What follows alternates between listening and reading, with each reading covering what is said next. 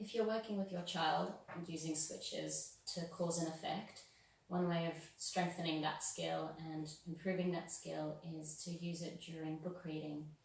This would also mean that you're working on their language and literacy skills. One way of doing this would be to record the words, turn the page. Turn the page.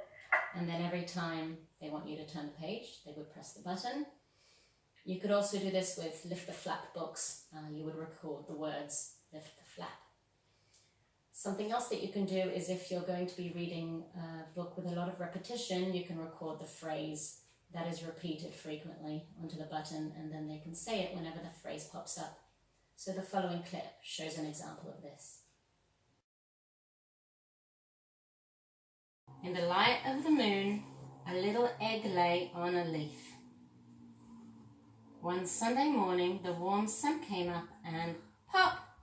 Out of the egg came a tiny and very hungry caterpillar. He started to look for some food.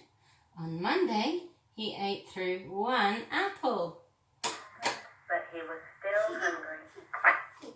On Tuesday, he ate through 2 pears. But he was still hungry.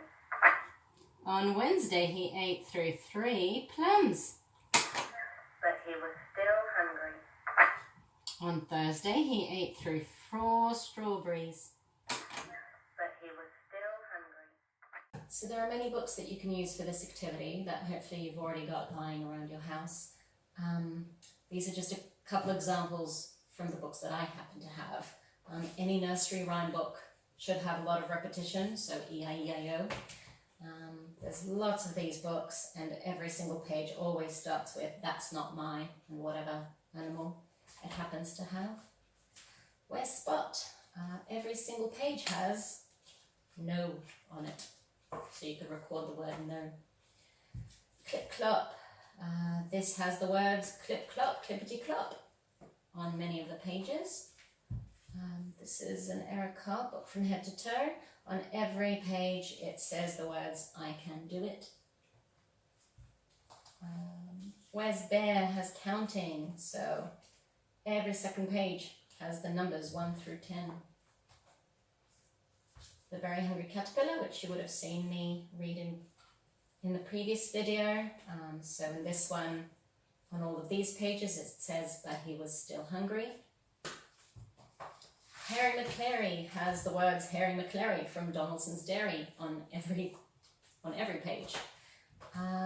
If you've got slightly older children, you could consider a lot of the Julia Donaldson books have repetition in them. So the Gruffalo's Child has the words "I'm not scared," said the Gruffalo's Child.